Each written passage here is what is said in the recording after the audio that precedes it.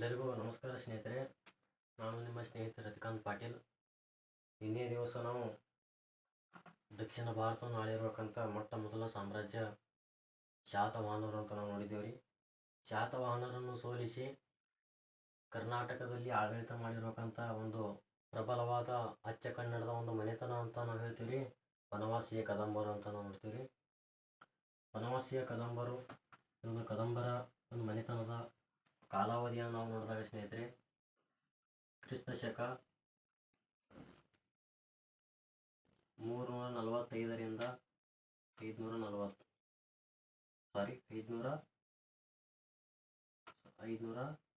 ಅಂತ ನಾವು ನೋಡ್ತೀವಿ. ಇನ್ನೂರು ಕಾಲಾವಧಿಯನ್ನು ಯಾವುದೇ ಎಕ್ಸಾಮಲ್ಲಿ ಕೇಳಿಲ್ಲ ಸ್ನೇಹಿತರೆ. ಆದರೆ ಯಾವ ರೀತಿ ಪ್ರಶ್ನೆ ಕೇಳ್ತಾರಪ್ಪ ಅಂತಂದ್ರೆ ಸ್ನೇಹಿತರೆ, ಇವಾಗ ಗಂಗರು, ಶಾತವಾಹನರು,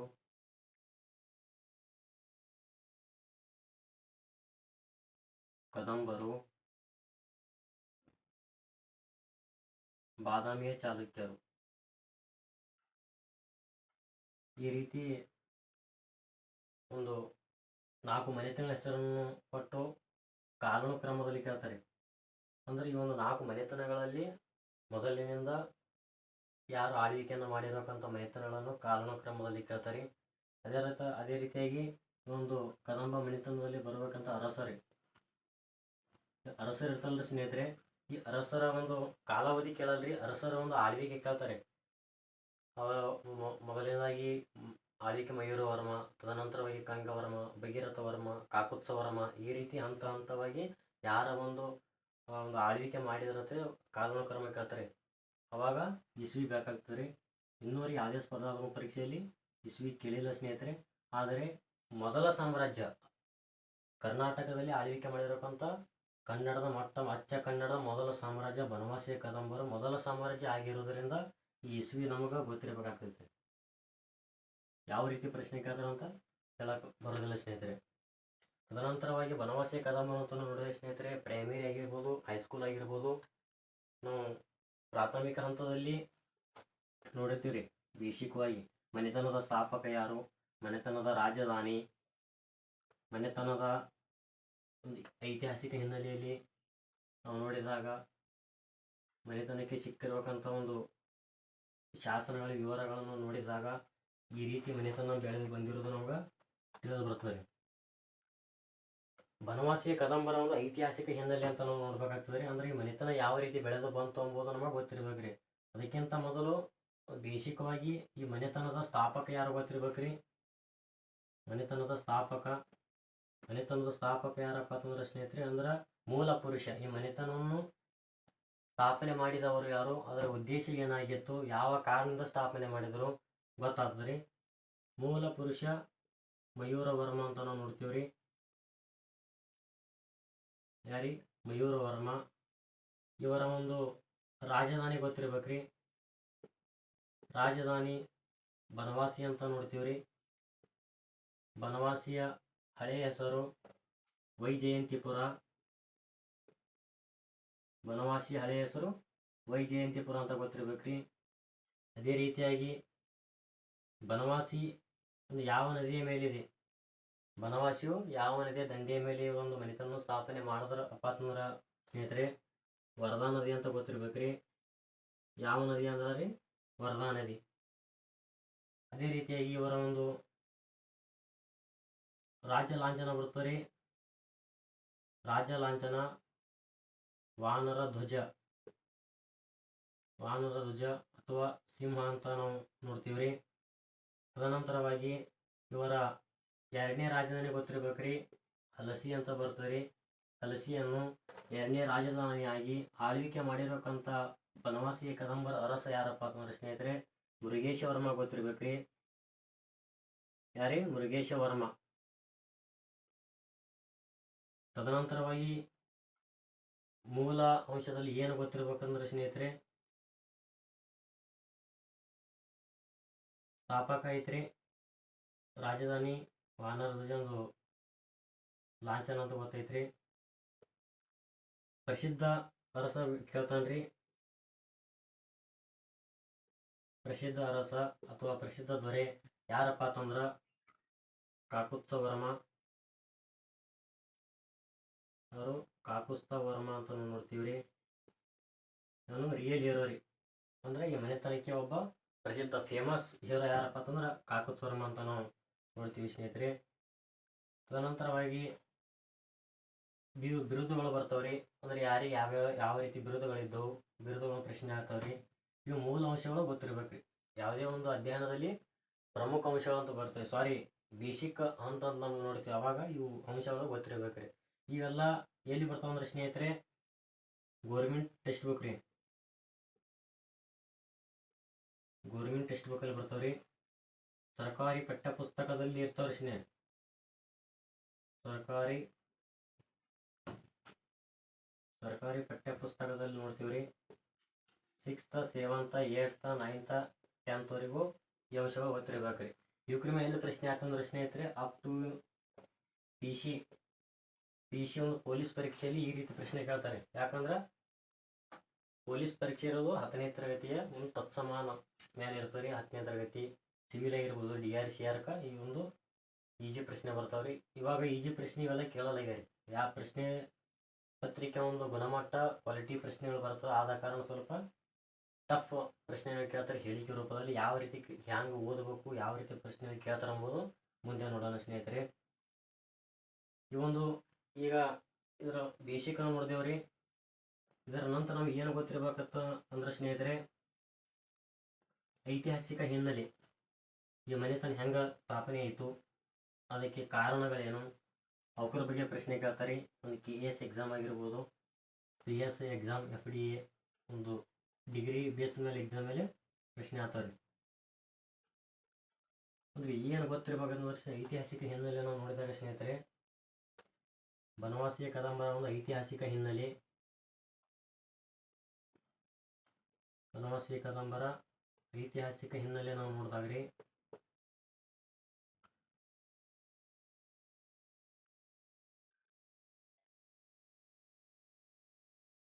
ಟಾಲೆಮಿ ಎಂಬ ಇತಿಹಾಸಕಾರ ಬರ್ತಾನ್ರಿ.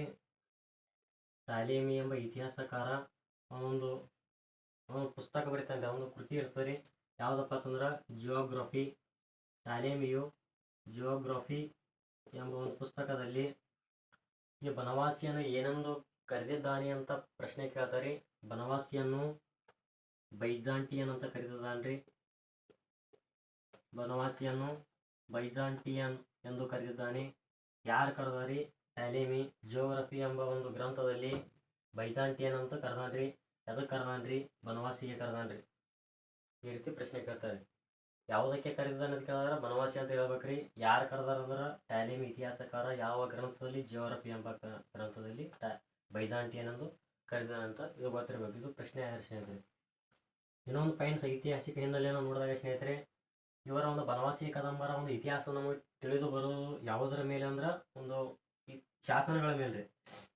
ಶಾಸನಗಳ ಮೇಲೆ ತಿಳಿದು ಬರ್ತಾರೆ. ಪ್ರಮುಖವಾಗಿ ನಾವು ಶಾಸನಗಳನ್ನು ನೋಡೋಕ್ಕಿಂತ ಮೊದಲು ಇನ್ನೆರಡು ಪಾಯಿಂಟ್ಸ್ ಗೊತ್ತಿರ್ಬೇಕ್ರಿ.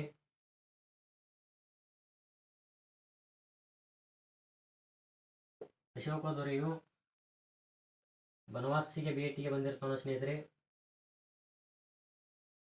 ಬನವಾಸಿಗೆ ಭೇಟಿಯನ್ನು ಬಂದಿರುವಂಥ ಸಂದರ್ಭದಲ್ಲಿ ಬನವಾಸಿಗೆ ಬಂದಿರುವಂಥ ಅಶೋಕನು ಬೌದ್ಧ ಧರ್ಮದ ಒಂದು ತತ್ವಗಳನ್ನು ಬೋಧನೆಗಳನ್ನು ಮಾಡಿ ಹೋಗಿರ್ತಾನೆ ಸ್ನೇಹಿತರೆ. ತದನಂತರವಾಗಿ ಇನ್ನೊಂದು ಮುಖ್ಯವಾದ ಅಂಶ ಯಾವುದಪ್ಪ ಅಂತಂದ್ರೆ ಹುಯೆನ್ ತ್ಸಾಂಗ್ ಅಂತ ನೋಡ್ತೀವ್ರಿ. ಹುಯೆನ್ ತ್ಸಾಂಗ್ ಈತ ಒಬ್ಬ ಇತಿಹಾಸಕಾರ ಸ್ನೇಹಿತರೆ. ಈ ಇತಿಹಾಸಕಾರನು ಬನವಾಸಿಗೆ ಭೇಟಿಗೆ ಬಂದಿದ್ದನು. ಬನವಾಸಿಗೆ ಬಂದು ಹೋಗಿದ್ದಂತ ನಾವು ನೋಡ್ತೀವ್ರಿ. ಬನವಾಸಿಗೆ ಏನೆಂದು ಹೇಳಿದನಪ್ಪ ಅಂತಂದ್ರ ಬನವಾಸಿಯನ್ನು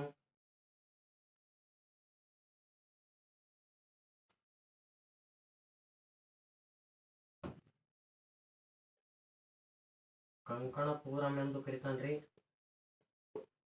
ಬನವಾಸಿಯ ಕಂಕಣಪುರಂ ಎಂದು ಕರೆದವರು ಯಾರಪ್ಪ ಅಂತಂದ್ರೆ ಹುಯೆನ್ ತ್ಸಾಂಗ್ ರೀ. ಈತ ಇತಿಹಾಸಕಾರ ಹರ್ಷವರ್ಧನ ಆಸ್ಥಾನಕ್ಕೆ ಬಂದಿರ್ತಾನ್ರಿ. ಅದೇ ರೀತಿಯಾಗಿ ಹುಯೆನ್ ತ್ಸಾಂಗ್ ಬನವಾಸಿಗೆ ಬಂದಾಗ ಸ್ನೇಹಿತರೆ ಬನವಾಸಿಯನ್ನು ಕಂಕಣಪುರಂ ಎಂದು ಕರಿತಾನ್ರಿ. ಅಶೋಕನ ಬನವಾಸಿಗೆ ಬೌದ್ಧ ಧರ್ಮದ ಪ್ರಚಾರಕ್ಕಾಗಿ ಬಂದಿರ್ತಾನ್ರಿ. ಐತಿಹಾಸಿಕ ಹಿನ್ನೆಲೆಯಲ್ಲಿ ಸ್ವಲ್ಪ ಬೇಸಿಕವಾಗಿ ಗೊತ್ತಿರ್ಬೇಕ್ರಿ. ಪ್ರಶ್ನೆ ಆಗ್ಯಾವ್ರಿ, ಮೇನ್ಸಾಗಿನ ಪ್ರಶ್ನೆ ಕೇಳ್ಯಾನು. ಟ್ಯಾಲೆಮಿ ಜಿಯೋಗ್ರಫಿಯಲ್ಲಿ ಎಂಬ ಗ್ರಂಥದಲ್ಲಿ ಬನವಾಸಿಯನ್ನು ಏನೆಂದು ಕರೆದ ಅಂತ ಪ್ರಶ್ನೆ ಕೇಳ್ಯಾನ್ರಿ. ಬೈಜಾಂಟಿಯನ್ ಅಂತ ಗೊತ್ತಿರ್ಬೇಕ್ರಿ.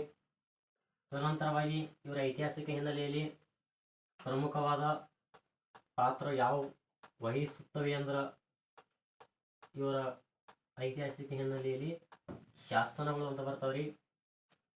ಶಾಸನಗಳ ಮೇಲೆ ಪ್ರಶ್ನೆ ಕೇಳ್ತಾನ್ರಿ. ಈ ಕದಂಬರ ಒಂದು ಚಾಪ್ಟರ್ ಮೇಲೆ ಪ್ರಶ್ನೆ ಆಗೋದೇ ಶಾಸನ ಮೇಲೆ ಪ್ರಶ್ನೆ ಕೇಳ್ತಾನ್ರಿ. ಶಾಸನಗಳು ಗೊತ್ತಿತ್ತ ಒಂದು ಮಾರ್ಕಸ್ ಫಿಕ್ಸ್ ರೀ. ಯಾವುದೇ ಸ್ಪರ್ಧಾತ್ಮಕ ಪರೀಕ್ಷೆ ಇಲ್ರಿ, ಶಾಸನಗಳ ಮೇಲೆ ಹೆಚ್ಚು ಪ್ರಶ್ನೆ ಕೇಳ್ಯಾನ್ರಿ ಇನ್ನೂವರೆಗೂ. ನೀವು ಮೂಲವಾಗಿ ಒಂದು ಬೇಸಿಕ್ವಾಗಿ ಅಂದ್ರೆ ಯಾವುದೇ ಒಂದು ಮನೆತನ ಇಲ್ರಿ ಸ್ನೇಹಿತರೆ, ಏನೇನು ಕೇಳ್ತಾನ ಏನು ಓದಬೇಕು ಅದು ಭಾಳ ಮಹತ್ವ ಆಗ್ತದೆ. ನಮ್ಮ ಆಲ್ಮೋಸ್ಟ್ ಎಲ್ಲ ನಮ್ಮ ಸ್ನೇಹಿತರಿಗೆ ಇತಿಹಾಸ ಅಂದಗಳೇ ಸ್ವಲ್ಪ ಇಶ್ವಿ ಅಂತ ಸ್ವಲ್ಪ ಭಾಳ ಸಮಸ್ಯೆ ಆಗ್ತದೆ. ಇಶ್ವಿ ಕೇಳ್ತಾನ ಹ್ಯಾಂಗೆ ಮಾಡಬೇಕು ಅಂದ್ರೆ ಸ್ವಲ್ಪ ಕಠಿಣ ಹೋಗ್ತಾರೆ ಸ್ನೇಹಿತರೆ. ಒಂದು ಮಾತು ಹೇಳ್ತೀನಿ ನೋಡಿ, ಯಾವುದೇ ಸ್ಪರ್ಧಾತ್ಮಕ ಪರೀಕ್ಷೆ ರೀ, ಇತಿಹಾಸದಲ್ಲಿ ಇಸ್ವಿ ಅಷ್ಟು ಮಹತ್ವಪೂರ್ಣ. ಎಲ್ಲ ಇಸ್ವಿಗಳು ಇಂಪಾರ್ಟೆಂಟ್ ಅಲ್ರಿ.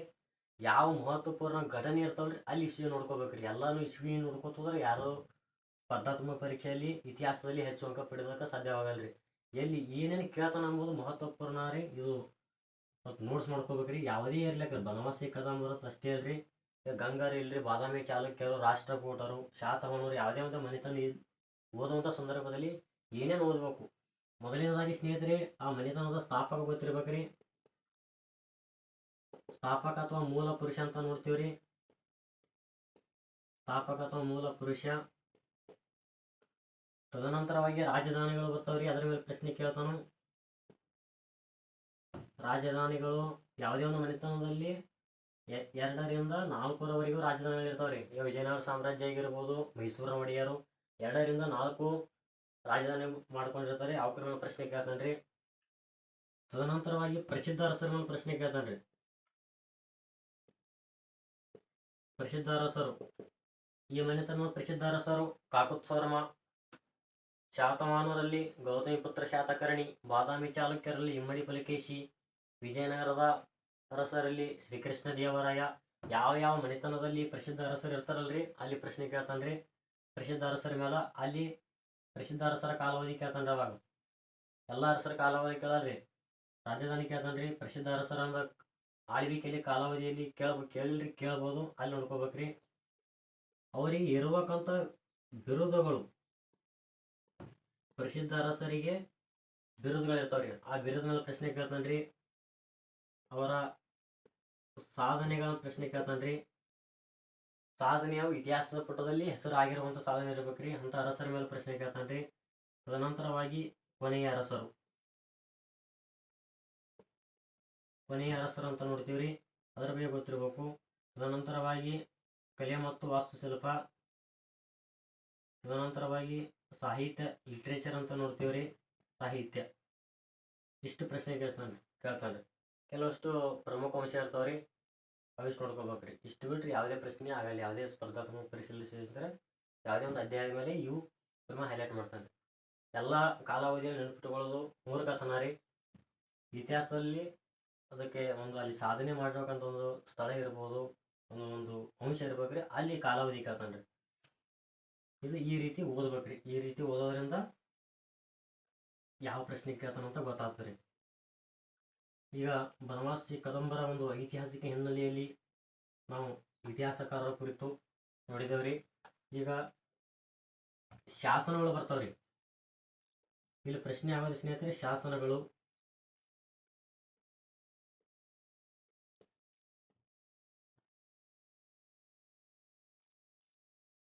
ಶಾಸನಗಳು ಅಂತ ನೋಡ್ತೀವ್ರಿ. ಕನ್ನಡದ ಮೊಟ್ಟ ಮೊದಲ ಉಪಲಬ್ಧ ಶಾಸನ ಯಾವ್ದು ಅಂತ ಕೇಳ್ಯಾನ್ರಿ. ಕೇಳ್ತಾನ, ಮುಂದೆ ಕೇಳ್ಯಾನ, ಹಿಂದೆ ಕೇಳ್ಯಾನ್ರಿ. ಯಾವ್ದಪ್ಪ ಅಂತಂದ್ರೆ ಸ್ನೇಹಿತರೆ, ಹಲ್ಮಿಡಿ ಶಾಸನ. ಯಾವ್ದ್ರಿ? ಹಲ್ಮಿಡಿ ಶಾಸನ. ಹಲ್ಮಿಡಿ ಶಾಸನವು ಹಾಸನ ಜಿಲ್ಲೆಯ ಬೇಲೂರು ತಾಲೂಕಿನಲ್ಲಿ ಹಲ್ಮಿಡಿ ಎಂಬ ಗ್ರಾಮದಲ್ಲಿ ನೋಡ್ತೀವ್ರಿ. ಇದು ಸಂಸ್ಕೃತ ಭಾಷೆಯಲ್ಲಿದೆ ಸ್ನೇಹಿತರೆ. ಹಲ್ಮಿಡಿ ಶಾಸನವು ಸಂಸ್ಕೃತ ಭಾಷೆಯಲ್ಲಿ ಇದೆ ಅಂತ ನಾವು ನೋಡ್ತೀವ್ರಿ. ತದನಂತರವಾಗಿ ತಾಳಗುಂದ ಶಾಸನ.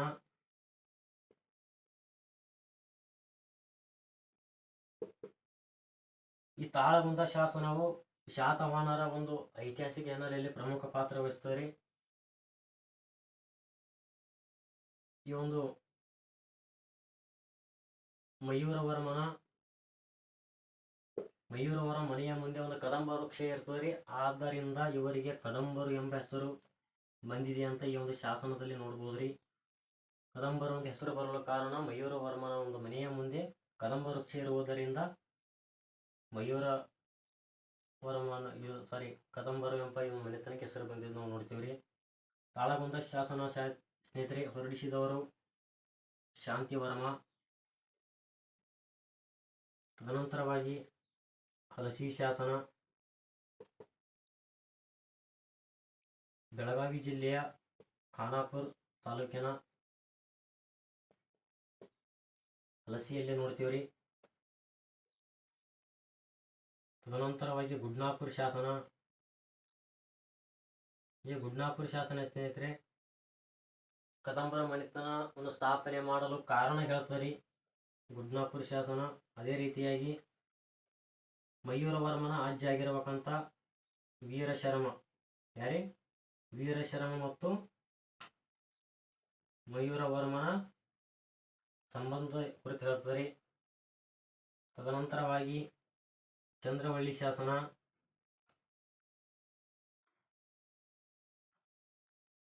ಚಂದ್ರವಳ್ಳಿ ಶಾಸನವು ಮಯೂರವರ್ಮನು ಕರ್ನಾಟಕ ರಾಜ್ಯದ ಚಿತ್ರದುರ್ಗ ಜಿಲ್ಲೆಯ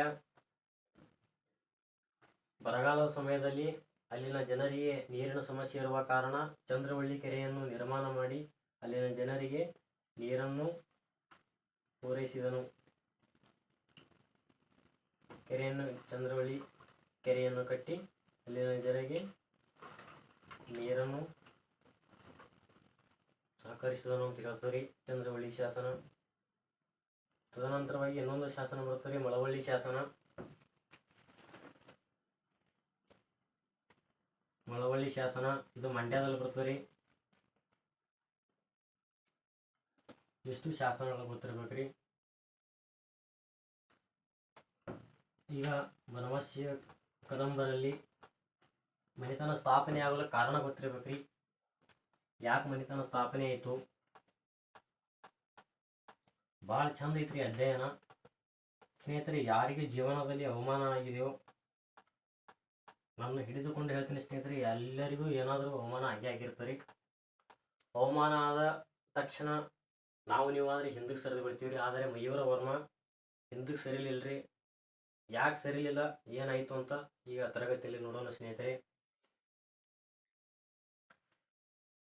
ಕರ್ನಾಟಕದ ಅಚ್ಚ ಕನ್ನಡದ ಮೊಟ್ಟ ಮೊದಲ ಸಾಮ್ರಾಜ್ಯ ಯಾವುದಪ್ಪ ಅಂತಂದ್ರೆ ಬನವಾಸಿ ಕದಂಬರು ಅಂತ ನಾವು ನೋಡ್ತೀವ್ರಿ. ಈ ಕದಂಬರ ಮನೆತನದಲ್ಲಿ ಮೂಲ ಪುರುಷ ಮಯೂರವರ್ಮ ಅಂತ ನಾವು ನೋಡ್ತೀವ್ರಿ. ಈ ಮಯೂರವರ್ಮನು ಕಂಚಿಯ ಪಲ್ಲವರು ಮತ್ತು ಮಯೂರವರ್ಮರು ಇವರು ಅಬದ್ಧ ವೈರಿಗಳು, ಪ್ರಬಲ ವೈರಿಗಳು ಅಂತ ನಾವು ನೋಡ್ತೀವ್ರಿ. ಇವರ ಮಧ್ಯೆ ಒಂದು ವೈರತ್ವ ಬೆಳೆದಿರೋ ಕಾರಣದಿಂದ ಮಯೂರವರ್ಮನು ಶರ್ಮನಾಗಿ ಬದಲಾವಣೆಯಾಗಿ ಬನವಾಸಿಯ ಕದಂಬರು ಅಂತ ಮನೆತನ ಸ್ಥಾಪನೆ ಮಾಡ್ತಾನೆ. ವರದಾ ನದಿಯ ದಂಡೆಯ ಮೇಲೆ ಸ್ಥಾಪನೆ ಆಗಲು ಕಾರಣ ಏನಪ್ಪಾ ಅಂತಂದ್ರ ಸ್ನೇಹಿತರೆ, ಇದು ವರದಾ ನದಿ ಅಂತ ನೋಡ್ತೀವ್ರಿ. ಇದು ಇತಿಹಾಸ ಬಹಳ ಚಂದ ಐತ್ರಿ. ಇದು ವರದಾ ನದಿ ಅಂತ ನೋಡ್ತೀವಿ ಸ್ನೇಹಿತರೆ. ಇದು ವರದಾ ನದಿಯ ಮೇಲೆ ಕಂಚಿಯ ಪಲ್ಲವರು ಅಂತ ನಾವು ನೋಡ್ತೀವ್ರಿ. ಕಂಚಿಯ ಪಲ್ಲವರ ಅರಸ ಶಿವಸ್ಕಂದ ವರ್ಮ. ಕಂಚಿಯ ಪಲ್ಲವರ ಅರಸ ಶಿವಸ್ಕಂದ ವರ್ಮ ಅಂತ ನಾವು ನೋಡ್ತೀವ್ರಿ.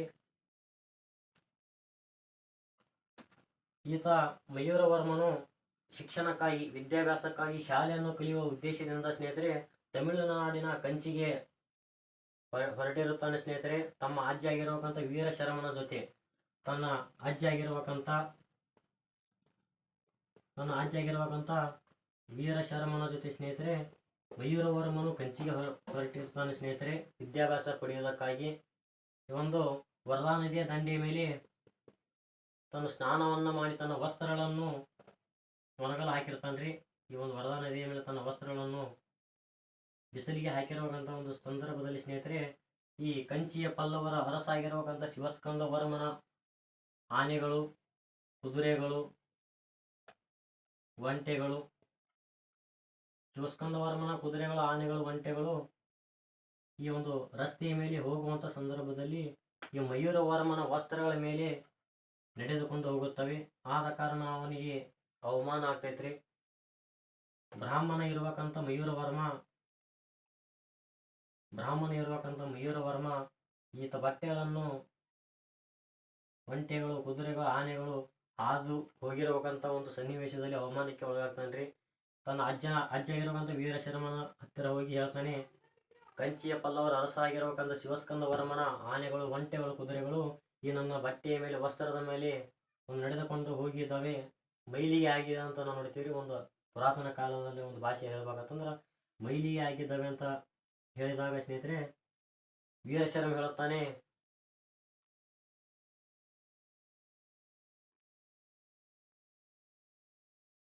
ಇವನು ಮಯೂರ ವರ್ಮನಿಗೆ ವೀರಶರ್ಮ ಹೇಳ್ತಾನೆ ಸ್ನೇಹಿತರೆ, ಏನೋ ಆಗಿ ಹೋಗ್ಯದಪ್ಪ, ಸುಮ್ಮನೆ ಆಗಿ ಜಗಳ ಮಾಡ್ಕೊಳ್ಳೋದು ಬೇಡ ಅಂತ ಹೇಳ್ತಾನೆ ಸ್ನೇಹಿತರೆ. ಅಜ್ಜ ಮಯೂರ ವರ್ಮನಿಗೆ ಹೇಳ್ತಾನೆ, ಏನೋ ಆಗಿ ಹೋಗೈತಿ, ಅದ್ರ ಬಗ್ಗೆ ಬಿಟ್ಟು ಬಿಡು ಅಂತ ಹೇಳಿದಾಗ ಅದರ ಮಯೂರ ವರ್ಮ ಬಿಡೋದಿಲ್ಲ ಸ್ನೇಹಿತರೆ. ಇವ ಯಾಕ ನನ್ನ ಬಟ್ಟೆಗಳ ಮೇಲೆ ಮಡಿಯಾಗಿದ್ದಾವೆ, ಆತನ ಕುದುರೆಗಳು, ಒಂಟೆಗಳು ನಡೆದುಕೊಂಡು ಹೋಗಿದ್ದಾವೆ, ಇವನು ತಪ್ಪು ಮಾಡಿದ್ದಾನೆ. ಆದ ಕಾರಣ ಮಯೂರ ವರ್ಮ ಏನು ಮಾಡ್ತಾನಪ್ಪ ಅಂತ ಬರೀ ಒಂದು 50 ರೂಪಾಯಿ ಅಂಗಿ ಸರಿ,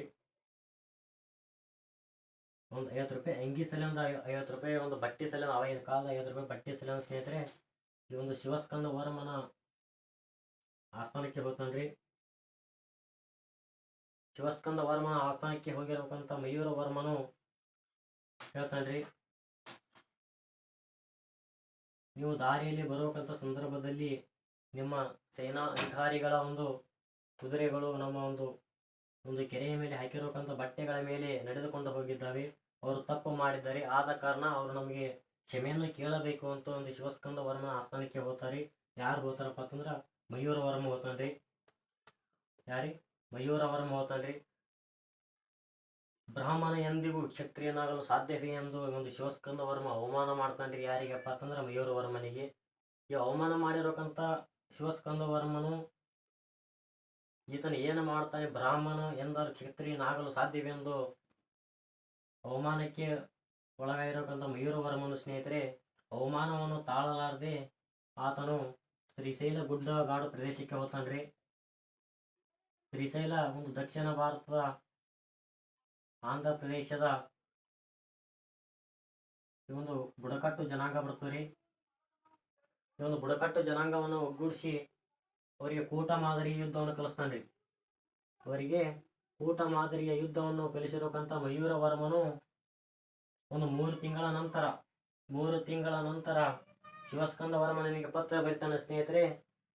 3 ತಿಂಗಳ ಹಿಂದೆ ನಿಮ್ಮ ಸೇನಾ ಅಧಿಕಾರಿಗಳ ಒಂದು ಕುದುರೆಗಳು, ಒಂಟೆಗಳು ನನ್ನ ವಸ್ತ್ರಗಳ ಮೇಲೆ ನಡೆದುಕೊಂಡು ಹೋಗಿ ಅವರು ತಪ್ಪು ಮಾಡಿದ್ದರು. ಆದ ಕಾರಣ ನೀವು ನನಗೆ ಅವಮಾನ ಮಾಡಿದ್ದೀರಿ. ಈಗ ಯುದ್ಧ ಮಾಡೋಣ ಅಂತ ಹೇಳಿ ಪತ್ರ ಬರೀತಾನೆ ಸ್ನೇಹಿತರೆ. ಆ ಶಿವಸ್ಕಂದ ವರ್ಮನು ಗಾಬರಿಯಾಗಿ 20 ಜನ ಸೈನಿಕರನ್ನು ಕಳಿಸ್ತಾನ್ರಿ. ಆತನನ್ನು ಸೋಲಿಸಿ ಬನ್ನಿ ಅಂತ ಹೇಳಿ 20 ಜನ ಸೈನಿಕರನ್ನ ಕಳಿಸ್ತಾನ್ರಿ. ಯಾರು ಶಿವಸ್ಕಂದ ವರ್ಮ ಆತನನ್ನು ಸೋಲಿಸಿ ಬಿಡ್ತಾನ್ರಿ. ಯಾರೇ ಮಯೂರ ವರ್ಮ 20 ಜನ ಸೈನಿಕರನ್ನು ಸೋಲಿಸಿರೋಕಂತ ಮಯೂರ ವರ್ಮ ಶಿವಸ್ಕಂದ ವರ್ಮನಿ ಆತನ ಸೈನಿಕರು ಬಂದು ಹೇಳ್ತಾರೆ, ಆತ ಪ್ರಬಲವಾದ ಸೈನ್ಯವನ್ನು ಕಟ್ಟಿಕೊಂಡಿದ್ದಾನೆ, ಆತನು ನಮ್ಮನ್ನು ಅಲ್ಲ ನಿಮ್ಮನ್ನು ಸೋಲಿಸುತ್ತಾನೆ ಅಂತ ಹೇಳ್ತಾನೆ ಸ್ನೇಹಿತರೆ. ಬರೀ ಒಂದು 50 ರೂಪಾಯಿ ಅಂಗಿ ಸಲುವಾಗಿ ಒಂದು ಮಯೂರ ವರ್ಮ ಶಿವಸ್ಕಂದ ಒಂದು ಕಂಚಿಯ ಪಲ್ಲವರ ಒಂದು ಅರಸರ ಮೇಲೆ ದಾಳಿ ಮಾಡ್ತಾನೆ ಸ್ನೇಹಿತರೆ. ಬ್ರಾಹ್ಮಣನು ಇರುವಕ್ಕಂತ ಮನುಷ್ಯ ಕ್ಷತ್ರಿಯನಾಗಿ ಬದಲಾವಣೆಯಾದ, ಕೈಯಲ್ಲಿ ಲೇಖನ ಹಿಡಿಬೇಕಂತ ಕೈ ಖಡ್ಗ ಹಿಡಿತದೆ ಸ್ನೇಹಿತರೆ. ನಾಲಿಗೆಯು ಮಂತ್ರ ಪಠಾನ ಮಾಡುವಂತ ನಾಲಿಗೆಯು ರಾಜಾಜ್ಞೆಯನ್ನು ಹೇಳುತ್ತದೆ ಸ್ನೇಹಿತರೆ. ಒಂದು ಇತಿಹಾಸದಲ್ಲಿ ನೋಡ್ತೀವಿ, ಅವಮಾನಕ್ಕೆ ಒಳಗಾಗಿರಕ್ಕಂತ ಒಂದು ಮಯೂರ ವರ್ಮನು ಶರ್ಮನಾಗಿ ಬದಲಾವಣೆಯಾದ, ಒಂದು ಕಂಚಿಯ ಪಲ್ಲವರ ಮೇಲೆ ದಾಳಿಯನ್ನು ಮಾಡಿ ಕಂಚಿಯ ಪಲ್ಲವರ ಅರಸ ಶಿವಸ್ಕಂದ ವರ್ಮನನ್ನು ಸೋಲಿಸಿ ಈ ಒಂದು ವರದಾ ನದಿಯ ದಂಡೆಯ ಮೇಲೆ ಬನವಾಸಿಯ ಕದಂಬರು ಅಂತ ನಾವು ಅಧ್ಯಯನ ಮಾಡ್ತೀವ್ರಿ. ಬರೀ ಒಂದು ಅಂಗಿಯ ಸಲುವಾಗಿ ಒಂದು ಸಾಮ್ರಾಜ್ಯವನ್ನು ಕಟ್ಟಿರುವಕ್ಕಂತ ಅರಸ ಯಾರಪ್ಪ ಅಂತಂದ್ರೆ ಮಯೂರ ವರ್ಮ ಅಂತ ನಾವು ನೋಡ್ತೀವ್ರಿ. ಜೀವನದಲ್ಲಿ ಎಲ್ಲರಿಗೂ ಒಂದು ಅವಮಾನ ಆಗಿರ್ತದ್ರಿ. ಆದ್ರ ಅವಮಾನ ಆದರೆ ಹಿಂದಕ್ಕೆ ಹೋಗುವಂಥ ಒಂದು ಸನ್ನಿವೇಶದಲ್ಲಿ ಮುಂದೆ ನುಗ್ಗಿ ತನ್ನ ಅಜ್ಜನ ಮಾತನ್ನು ಕೇಳದೆ ಒಂದು ಮನೆತನವನ್ನೇ ಸ್ಥಾಪನೆ ಮಾಡಿದಂಥ ಒಂದು ಸಾಧನೆ ಮಾಡಿರೋಕ್ಕಂಥ ಒಂದು ಇತಿಹಾಸದಲ್ಲಿ ಒಂದು ಹೆಸರನ್ನು ಅಜರಾಮರವಾಗಿ ಉಳಿದಿರ್ಬೇಕಂತ ಹೆಸರು ಯಾರಪ್ಪ ಅಂತಂದ್ರೆ ಒಂದು ಬನವಾಸಿಯ ಕದಂಬರಲ್ಲಿ ಮಯೂರ ವರ್ಮ ಅಂತ ನೋಡ್ತೀವಿ ಸ್ನೇಹಿತರೆ. ಈ ರೀತಿಯಾಗಿ ಸಾಧನೆ ಮಾಡಿ ಒಂದು ಮನೆತನವನ್ನೇನು ಸ್ಥಾಪನೆ ಮಾಡ್ತಾನಲ್ಲ, ಇದು ಒಂದು ಸಾಧನೆ ಅಂತ ನಾವು ಹೇಳ್ತೀವಿ ರೀ. ತದನಂತರವಾಗಿ ನಾವು ನೋಡಿದಾಗ ಸ್ನೇಹಿತರೆ, ಒಂದು ಕಂಚಿಯ ಪಲ್ಲವರ ಮೇಲೆ ದಾಳಿ ಮಾಡಿದಾಗ ಶಿವಸ್ಕಂದ ವರ್ಮನು ಮಲಪ್ರಭಾ ನದಿಯ ದಂಡೆಯ ಮೇಲೆ ಒಂದು ಮಲಪ್ರಭಾ ನದಿಯ ದಂಡೆಯ ಮೇಲೆ ಪ್ರಹಾರ ಎಂಬ ಒಂದು ಗ್ರಾಮವನ್ನು ಬಿಟ್ಟು ಕೊಡ್ತಾನ್ರಿ. ಯಾರಿಗೆ? ಮಯೂರ ವರ್ಮನಿಗೆ. ಈತನವನ್ನು ಸಾಧನೆಯನ್ನು ಮೆಚ್ಚಿ, ಈತನವನ್ನು ಸಾಹಸವನ್ನು ಮೆಚ್ಚಿ ಪ್ರಹಾರ ಎಂಬ ಒಂದು ಪ್ರದೇಶವನ್ನು ಬಿಟ್ಟುಕೊಂಡಿರತಕ್ಕಂಥ ಕಂಚಿಯ ಪಲ್ಲವರ ಅರಸ ಶಿವಸ್ಕಂದ ವರ್ಮ ಮಯೂರ ವರ್ಮನ ಸಾಹಸವನ್ನು ನೋಡಿ ಬಿಟ್ಟು ಕೊಡ್ತಾನ್ರಿ. ಆತನೇ ಅವನಿಗೆ ಅವಮಾನ ಮಾಡಿರ್ತಾನ್ರಿ. ಬ್ರಾಹ್ಮಣ ಎಂದರು ಕ್ಷತ್ರಿಯನಾಗಲು ಸಾಧ್ಯವೇ ಎಂದು ಅವಮಾನಕ್ಕೆ ಒಳಗಾಗಿರ್ಬೇಕಂತ ಮಯೂರ ವರ್ಮನು ಶ್ರೀಶೈಲದ ಬೆಟ್ಟ ಗುಡ್ಡದ ಪ್ರದೇಶಕ್ಕೆ ಹೋಗಿ ಅಲ್ಲಿರುವಂಥ ಬುಡಕಟ್ಟು ಜನಾಂಗವನ್ನು ಒಗ್ಗೂಡಿಸಿ ಅವರಿಗೆ ಕೂಟ ಮಾದರಿ ಯುದ್ಧವನ್ನು ಕಲಿಸಿ 3 ತಿಂಗಳ ನಂತರ ಒಂದು ಪತ್ರವನ್ನು ಬರೆದು ಶಿವಸ್ಕಂದ ವರ್ಮನ ಮೇಲೆ ದಾಳಿ ಮಾಡಿ ಆತನನ್ನು ಸೋಲಿಸಿ ಕಂಚಿಯ ಪಲ್ಲವರ ಮನೆತನವನ್ನು ಸೋಲಿಸಿ ಬನವಾಸಿ ಕದಂಬ ಮನೆತನವನ್ನೇ ಸ್ಥಾಪನೆ ಮಾಡಿರಬೇಕಂತ ಪ್ರಸಿದ್ಧ ಇತಿಹಾಸದಲ್ಲಿ ಹೆಸರು ಮಾಡಿರಬೇಕಂತ ಪ್ರಮುಖ ದೊರೆ ಯಾರಪ್ಪ ಅಂತಂದ್ರೆ ಮಯೂರ ವರ್ಮ ಸ್ನೇಹಿತರೆ. ಇದು ಈತನ ಒಂದು ಮನೆತನ ಸ್ಥಾಪನೆ ಆಗ್ಲಿಕ್ಕೆ ಕಾರಣ ಈ ಬರೀ ಒಂದು ಪಟ್ಟಿ ಸಲುವಾಗಿ ಒಂದು ಸಾಮ್ರಾಜ್ಯವನ್ನೇ ಸ್ಥಾಪನೆ ಮಾಡಿರ್ಬೇಕಂತ ಅರಸ ಯಾರಪ್ಪ ಅಂತಂದ್ರೆ ಮಯೂರ ವರ್ಮ.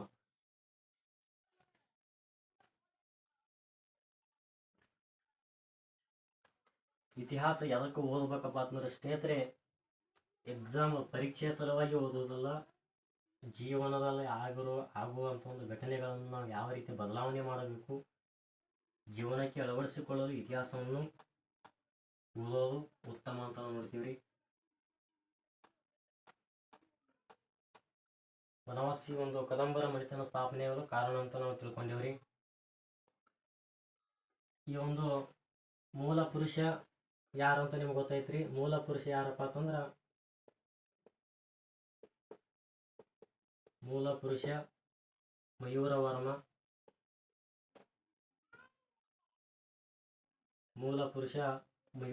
ಅಂತ ನಾವು ನೋಡ್ತೀವ್ರಿ. ಈತ ಮಯೂರ ವರ್ಮನ ಮೇಲೆ ಯಾವ ರೀತಿ ಪ್ರಶ್ನೆ ಕೇಳ್ತಾರೆ, ಏನೇನು ಗೊತ್ತಿರಬೇಕು. ಮಯೂರ ವರ್ಮನ ಸ್ನೇಹಿತರಿಗೆ ಒಂದು ಕದಂಬರ ಮನೆತನದ ಮೂಲ ಪುರುಷ ಅಂತ ಗೊತ್ತಿರ್ಬೇಕ್ರಿ. ಮಯೂರ ವರ್ಮನ ಅಜ್ಜ ಬರ್ತಾನ ಸ್ನೇಹಿತರೆ, ಇದ್ರ ಪ್ರಶ್ನೆ ಹೇಳ್ತಾರೆ. ಅಜ್ಜನ ಹೆಸರು ಏನಪ್ಪಾ ಅಂತಂದ್ರ ವೀರಶರ್ಮ. ಮಯೂರ ವರ್ಮನ ಅಜ್ಜ ವೀರಶರ್ಮ ಅಂತ ನಾವು ಗೊತ್ತಿರ್ಬೇಕ್ರಿ. ತದನಂತರವಾಗಿ ಮಯೂರ ವರ್ಮ ರಾಜಧಾನಿ ಗೊತ್ತೈತ್ರಿ, ಬನವಾಸಿ ಅಂತ ನಮ್ಗೆ ಗೊತ್ತೈತ್ರಿ. ತದನಂತರವಾಗಿ ಮಯೂರ ವರ್ಮನು ಚಂದ್ರವಳ್ಳಿ ಕೆರೆಯನ್ನು ನಿರ್ಮಾಣ ಮಾಡಿದರಿ. ಬರಗಾಲದ ಸಮಯದಲ್ಲಿ ಸುತ್ತಮುತ್ತಲಿನ ಹಳ್ಳಿಗಳಿಗೆ ನೀರಿನ ಒಂದು ವ್ಯವಸ್ಥೆಗಾಗಿ ಚಂದ್ರವಳ್ಳಿ ಕೆರೆ ನಿರ್ಮಾಣ ಮಾಡ್ತಾನಂತ ನೋಡ್ತೀವ್ರಿ. ಈತನಿಗೆ ಸಂಬಂಧಿಸಿರುವ ಶಾಸನ ಸ್ನೇಹಿತರೆ ಚಂದ್ರವಳ್ಳಿ ಶಾಸನ ಅಂತ ನಾವು ನೋಡ್ತೀವ್ರಿ. ಚಂದ್ರವಳ್ಳಿ ಶಾಸನದಲ್ಲಿ ಸ್ನೇಹಿತರೆ 18 ಅಶ್ವಮೇಧ ಯಾಗವನ್ನು ನಾವು ನೋಡ್ತೀವ್ರಿ. ಅಶ್ವಮೇಧ ಯಾಗದ ಬಗ್ಗೆ ವಿವರಣೆ ಇದೆ ಸ್ನೇಹಿತರೆ ಚಂದ್ರವಳ್ಳಿ ಶಾಸನದಲ್ಲಿ. ಅದೇ ರೀತಿಯಾಗಿ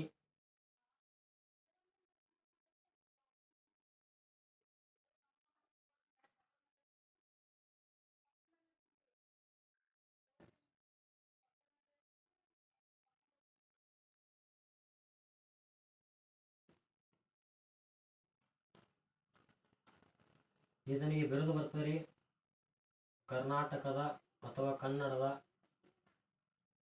ಚಕ್ರವರ್ತಿ ಅಂತ ಗೊತ್ತಿರ್ಬೇಕ್ರಿ. ಕರ್ನಾಟಕದ ಕನ್ನಡ ಚಕ್ರವರ್ತಿ ಯಾರಪ್ಪ ಅಂತಂದ್ರೆ ಸ್ನೇಹಿತರೆ ಮಯೂರ ವರ್ಮ. ಇಷ್ಟೊಂದು ಮಯೂರ ವರ್ಮನ ಸಾಧನೆ ಅಂತ ನಾವು ನೋಡ್ತೀವ್ರಿ. ಶಿವಸ್ಕಂದ ವರ್ಮನ ಸೋಲಿಸೋರು ಯಾರಪ್ಪ ಅಂತಂದ್ರೆ ಮಯೂರ ವರ್ಮ ಅಂತ ನಮ್ಗೆ ಗೊತ್ತಿರ್ಬೇಕ್ರಿ.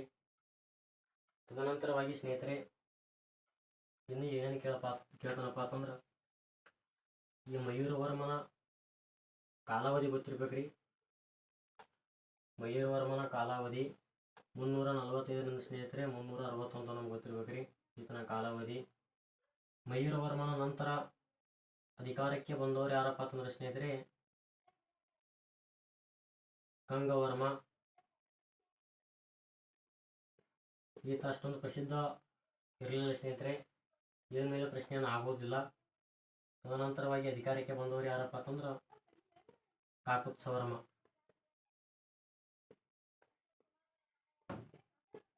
ಈ ಒಂದು ಮನೆತನದ ರಿಯಲ್ ಹೀರೋ, ಫೇಮಸ್ ಹೀರೋ ಯಾರಪ್ಪ ಅಂತಂದ್ರೆ ಕಾಕುತ್ಸವರ್ಮ. ಈತನ ಪ್ರಶ್ನೆ ಕೇಳ್ತಾನ್ರಿ. ಕಾಕುತ್ಸವರ್ಮನನ್ನು ಕದಂಬ ಕುಟುಂಬದ ಕುಲಭೂಷಣವೆಂದು ಹೇಳುವ ಶಾಸನ ಯಾವುದಪ್ಪ ಅಂತಂದ್ರೆ ಸ್ನೇಹಿತರೆ ತಾಳಗುಂದ ಶಾಸನ. ಯಾವುದ್ರಿ? ತಾಳಗುಂದ ಶಾಸನ. ಕದಂಬ ಕುಟುಂಬದ ಈ ಒಂದು ಕದಂಬ ಕುಟುಂಬದ ಕುಲಭೂಷಣ ಎಂದು ಹೇಳ್ತಾರೆ. ಯಾರನ್ನು ಹೇಳ್ತಾನೆ ಸ್ನೇಹಿತರೆ? ಕಾಕುತ್ಸವರ್ಮನನ್ನು.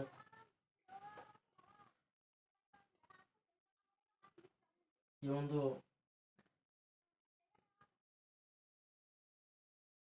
ಕಾಕುತ್ಸವರ್ಮನು ಆತನಿಗೆ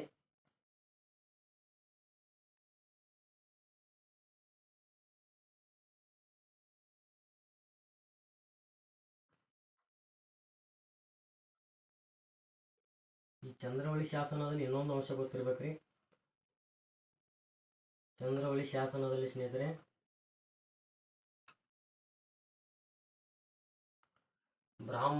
ಬ್ರಾಹ್ಮಣರಿಗೆ 144 ಹಳ್ಳಿಗಳನ್ನು ದಾನ ಮಾಡಿರ್ಬೇಕಂತ ವ್ಯಕ್ತಿ ಯಾರಪ್ಪ ಅಂತಂದ್ರೆ ಮಯೂರವರ್ಮ.